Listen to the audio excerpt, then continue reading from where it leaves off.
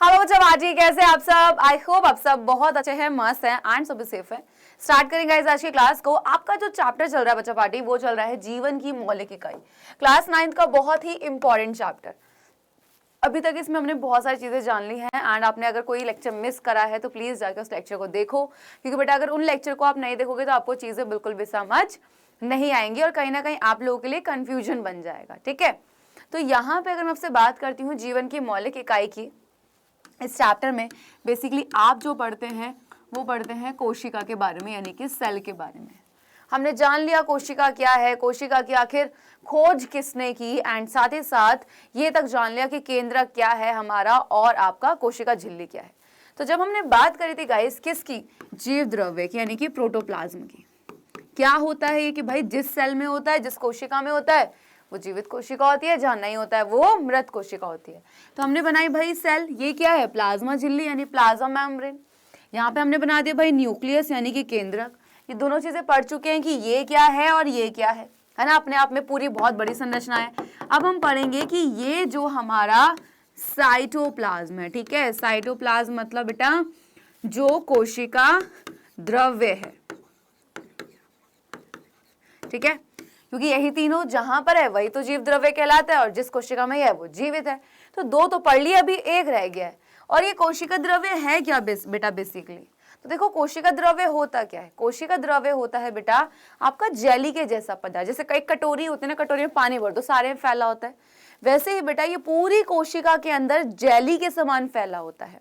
और इसके अंदर होते क्या है बेटा, इसके अंदर होते हैं आपके कोशिकांग। क्लियर? कोशिकांग बेसिकली है क्या? देखो कोशिकांग होते हैं बेसिकली आपके कोशिका के अंग। ठीक है, क्या होते हैं बेसिकली आपके कोशिका के अंग हो जाते हैं। तो कोशिकांग कोशिका के अंग, और ये किस में होते हैं, कोशिका द्रव्य में होते हैं। क्लियर? तो कोशिका द्रव्य तो हमें पता है कि भाई जेली जैसा पदार्थ है जिसके अंदर सारे के सारे जो ये कोशिकांग हैं पाए जा रहे हैं। ठीक है, अब याद रखना कि इन्हीं कोशिकांगों की वजह से एक कोशिका जीवित रहती है। देखो अगर एक इंसान का शरीर है ना, उसका हाथ या पैर कट जाता है, भगवान ना करे किसी का हो, तो आपने देखा होगा कि क्या वो जैसे पहले काम कर पाता था वैसे काम कर पाएगा? नहीं कर पाएगा, कुछ ना कुछ उसे दिक्कतें आएंगी, है ना।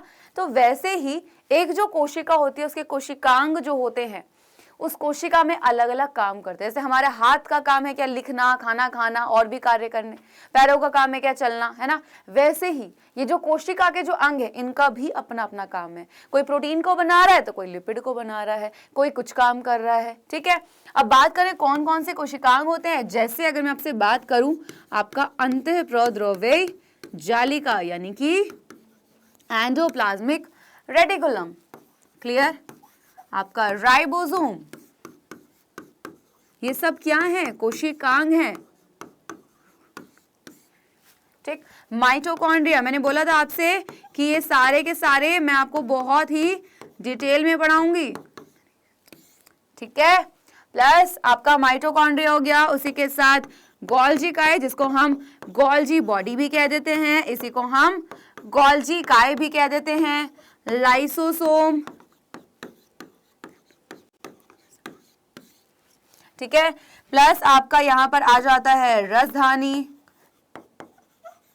लवक जिसको हम प्लास्टिड कह देते हैं। ये सारे के सारे क्या है भाई, कोशिकांग है। फटाफट से नोट डाउन करो, हो गया? चलो, तो ये सारे के सारे क्या है बेटा, कोशिकांग हैं जिनको आपको क्या करना है, लिखना है। ठीक है, तो सबसे पहले आप अपने जो नोट्स बना रहे हैं वहां क्या लिखोगे, जो लास्ट लेक्चर जितने बच्चों ने नहीं देखे हैं वो लेक्चर देखोगे, उन पॉइंट्स को लिखोगे अपनी कॉपी में और उसके बाद हेडिंग डालोगे कोशिका द्रव्य, फिर लिखोगे जेली के समान पदार्थ होता है जो पूरी कोशिका में फैला होता है, इसके अंदर सारे के सारे कोशिकांग होते हैं। फिर आप कुछ कोशिकांगों के नाम लिखोगे जैसे उदाहरण करके। अब हम पढ़ेंगे, आज हम दो को पढ़ेंगे बेटा, ठीक है, एंड दो कौन से हैं आपके यहाँ पे, नंबर 1 हम पढ़ेंगे अंतः प्रद्रव्य जालिका, जिसको हम इंग्लिश में बेटा एंडोप्लाज्मिक रेटिकुलम कहते हैं। और अक्सर ना इसका नाम बहुत बड़ा है लिखने में, इसलिए इसको शॉर्ट में लिखा जाता है ER, और हर जगह आपको ये ER के नाम से देखने को मिलेगा। तो कहीं ER लिखा हो समझ जाना एंडोप्लाज्मिक रेटिकुलम की बात कर रहे हैं। ठीक है, चलो वापस एक डायग्राम बनाते हैं। देखो ये हमारी सेल है, ठीक है, कोशिका है, क्या ये कोशिका में केंद्रक है। अब मैंने बोला केंद्रक के पास में कुछ इस तरीके से, ठीक है, ये पाई जा रही है। मैंने एक संरचना बना दी, इस तरफ भी बना दी, मैंने इस तरफ भी बना दी।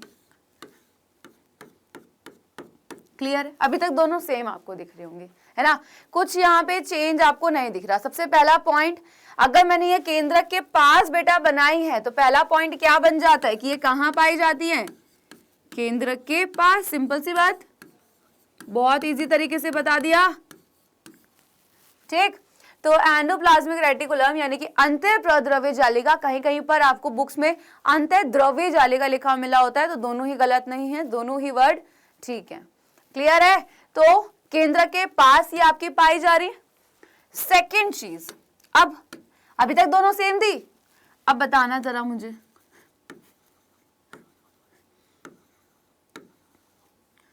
जल्दी से बताओ, अब क्या यहाँ पे कुछ चेंज दिख रहा है दोनों में? हाँ जी, दोनों में कुछ चेंजेस नजर आ रहे हैं।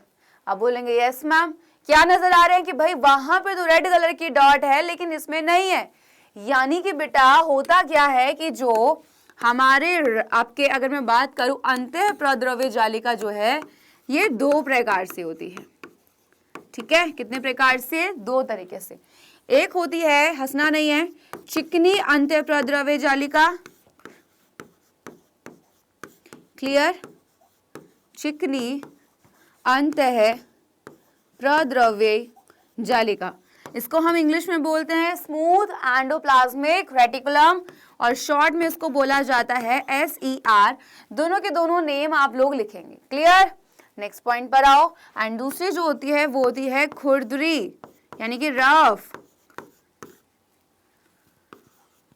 ठीक है, खुरदरी अंतःप्रद्रव्य जालिका।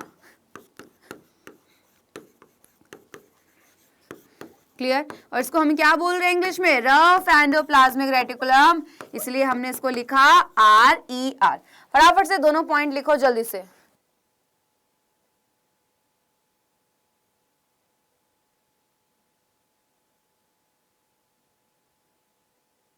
हो गया?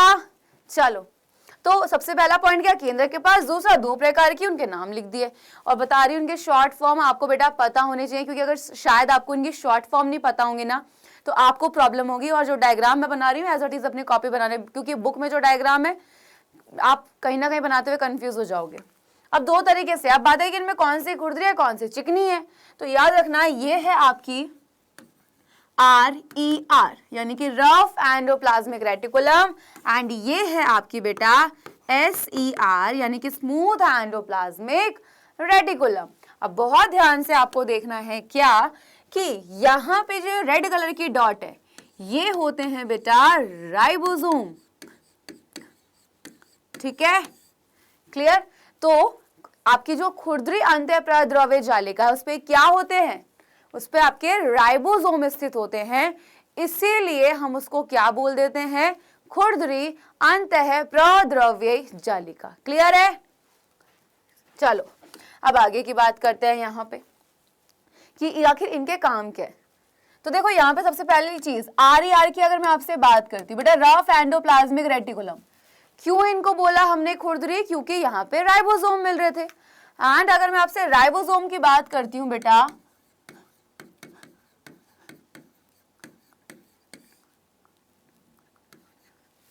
राइबोसोम की अगर मैं बात करती हूँ बेटा, ये किसको बनाते हैं? प्रोटीन को बनाते हैं। ठीक है, तो सोचो कि अगर यहाँ पे अगर हम बात करते हैं राइबोसोम की, उन्होंने किसको बनाया? प्रोटीन को। रफ एंडोप्लाज्मिक रेटिकुलम क्यों कहा? क्योंकि राइबोसोम है, तो ये किसको बनाएगी? याद रखना कि ये बनाती है प्रोटीन को। ठीक, बात करते हैं यहाँ पे SER की, स्मूथ एंडोप्लाज्मिक रेटिकुलम। अब यहाँ पे तो राइबोसोम नहीं है, यानी कि ये प्रोटीन को तो नहीं बना रही होगी, फिर ये किसको बना रही है? तो याद रखना बेटा ये बनाती है लिपिड को। ठीक है, अब एक बहुत इंपॉर्टेंट पॉइंट सोचो, ये क्या है हमारा व्हाइट कलर का जो बेटा हमने बनाया है? कोशिका झिल्ली, या जिसको हम लोग क्या कह देते हैं भाई? जिसको हम लोग कह देते हैं प्लाज्मा झिल्ली। इंग्लिश में प्लाज्मा मेम्ब्रेन, कोशिका झिल्ली बोलेंगे तो सेल मेम्ब्रेन। ठीक है, अब ध्यान से देखो, ये मैं क्यों बता रही हूँ, अभी तक यहाँ पे वापस क्यों बताना पड़ा, क्योंकि हम पूरा पढ़ के आ चुके हैं, फिर हम क्यों पढ़ रहे हैं, क्योंकि मैंने आपसे अभी एक पॉइंट बोला कि बेटा जो RER है वो किसको बना रही है, प्रोटीन को। SCR है वो किसको बना रही है, जल्दी से भाई लिपिड को बना रही है। अब यहाँ पे प्लाज्मा झिल्ली याद करो किसकी बनी हुई थी, लिपिड प्लस प्रोटीन, इनकी ही बनी हुई थी ना। अब सोचो कि ये जो प्लाज्मा झिल्ली है वो बनी है लिपिड और प्रोटीन की। अब थोड़ा सा दिमाग दौड़ाओ कि उसको लिपिड और प्रोटीन दिया किसने, इस अंतःप्रद्रव्य जालिका ने। तो इसने क्या किया बेटा, प्लाज्मा झिल्ली को क्या दिया, लिपिड और प्रोटीन दिया, जिसकी वजह से वो बन रही थी। ठीक है, चलिए भाई यहाँ पे हमारे ये पॉइंट सारे के सारे हो गए क्लियर। फटाफट से पॉइंट्स को लिखो।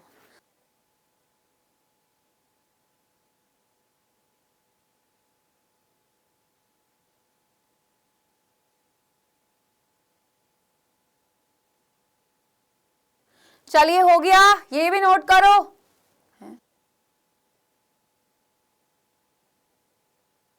चलिए, तो यहां पे आगे देखा कितने आसान तरीके से मैं अंतःप्रद्रव्य जालिका जो है वो मैंने क्लियर कर दिया। अब बात आई बेटा यहां पे किसकी, राइबोसोम की।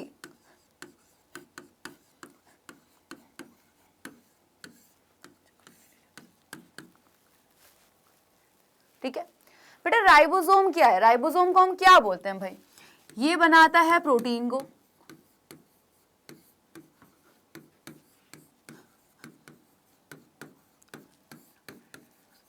ठीक है, किसको बनाता है, प्रोटीन को बनाता है, इसीलिए हम इसको क्या बोलते हैं बेटा, प्रोटीन की फैक्ट्री।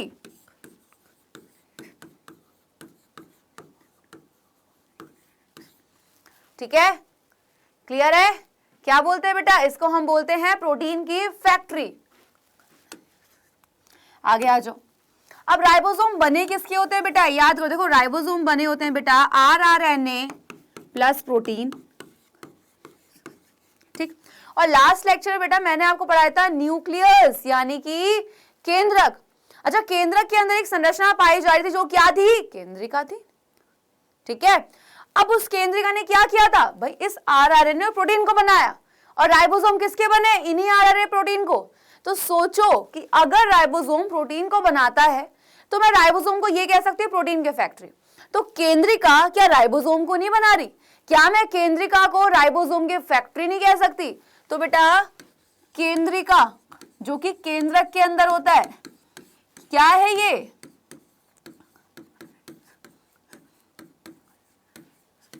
राइबोसोम की फैक्ट्री। ठीक है, क्लियर है, तो ये है राइबोसोम की फैक्ट्री। क्यों, क्योंकि राइबोसोम को बना रही है। अब बेटा जो राइबोसोम होते हैं वो भी दो तरीके से होते हैं। ठीक, एक होते हैं 70S प्रकार के और एक होते हैं आपके 80S प्रकार के। और याद रखना राइबोसोम एक ऐसा कोशिकांग, एक ऐसा सेल ऑर्गेनल है जो प्रोकैरियोटिक कोशिका में मिलता है और यूकैरियोटिक में भी, बाकी सारे कोशिकांग ऐसे नहीं है। अब राइबोसोम कितने तरीके से हैं, दो, 70 और 80। याद रखना 70S सिर्फ आपके प्रोकैरियोटिक कोशिका में मिलते हैं।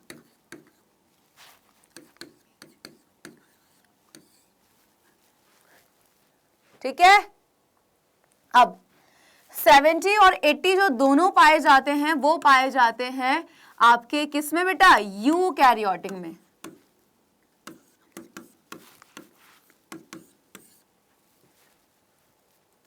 ठीक है, अब याद रखना कि जरूरी नहीं है कि सारे के सारे यूकैरियोटिक में 70 + 80 मिले। कुछ आपके कोशिकांग ऐसे हैं जो यूकैरियोटिक कोशिका में पाए जाते हैं, लेकिन फिर भी वो कैसे है बेटा, फिर भी अगर मैं आपसे बात करती हूं वो आपके यानी कि जो आपके कोशिकांग है, मैंने बोला ये कोशिकांग जो है यूकैरियोटिक कोशिका में पाया जाता है, लेकिन फिर भी उसमें 70S जो राइबोसोम है और 80S ये दोनों नहीं मिलते हैं। कुछ कोशिकांग यूकैरियोटिक होने के बावजूद भी उसमें सिर्फ आपके पाए जाते हैं 70S राइबोसोम। ठीक है, जैसे आपको बताऊंगी कुछ कोशिकांग, एक एग्जांपल बता देती हूँ, हरित लवण। तो अभी हम आगे सबको पढ़ेंगे तब आपको ये चीजें और ज्यादा क्लियर हो जाएंगी। ठीक है। तो 70s मिलते हैं प्रोकैरियोटिक में और 70-80 मिलते हैं यूकैरियोटिक में। अब ये 70-80 यहाँ पे साइड में लिखा होता है एस। तो बेसिकली बेटा एक साइंटिस्ट है जिनका नाम पे यहाँ पे एस लगा दिया, क्योंकि जिन्होंने खोज की थी उनका नाम एस से था, वरना बेसिकली इसको हम स्वेटबर्ग यूनिट कह देते हैं। ठीक है, अभी आपके सिलेबस में नहीं है, 11th में जाके आप उसको पढ़ते हैं। अभी के लिए सिर्फ आपको इतना जानना है कि दो प्रकार से हैं, 70s एंड 80s। अब याद रखना कि जो 70s होते हैं इनकी भी क्या होती हैं, दो उप इकाई होती हैं। ठीक है, क्या होती हैं, दो उप इकाई होती हैं। इसकी होती हैं 50s और आपकी 30s। इनको प्लस नहीं करना है। कभी आप बोलो मैम ये तो 50, 60, 70, 80 हो गया, नहीं, प्लस नहीं करना है। ये दो इकाइयां हैं जिसमें से एक बड़ी इकाई होती है, एक आपकी छोटी इकाई होती है।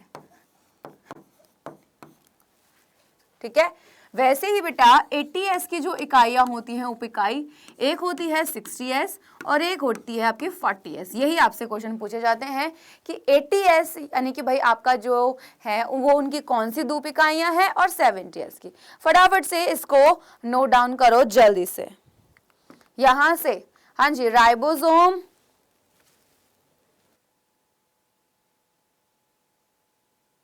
नेक्स्ट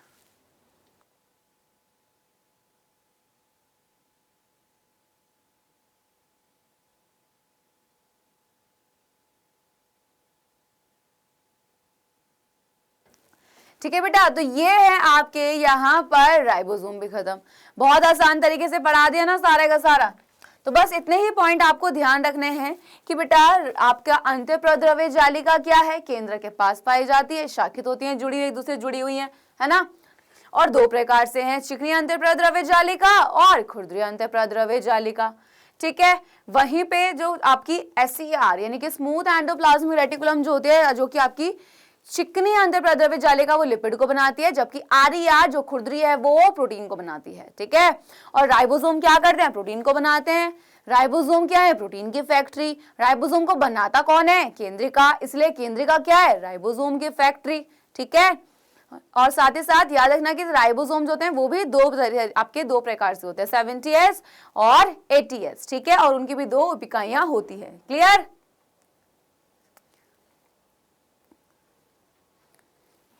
ठीक है, चलो तो देखो कितने थोड़े से समय में पूरा आपको टॉपिक क्लियर कर दिया। अभी कोशिका द्रव्य खत्म नहीं हुआ, आज हमने दो कोशिकांगों को पढ़ा है। नेक्स्ट क्लास में हम ऐसे ही दो और कोशिकांगों को पढ़ेंगे। ठीक है, तो फिर मिलती हूँ आपसे नेक्स्ट क्लास में। तब तक के लिए guys bye bye and take care my बच्चा पार्टी।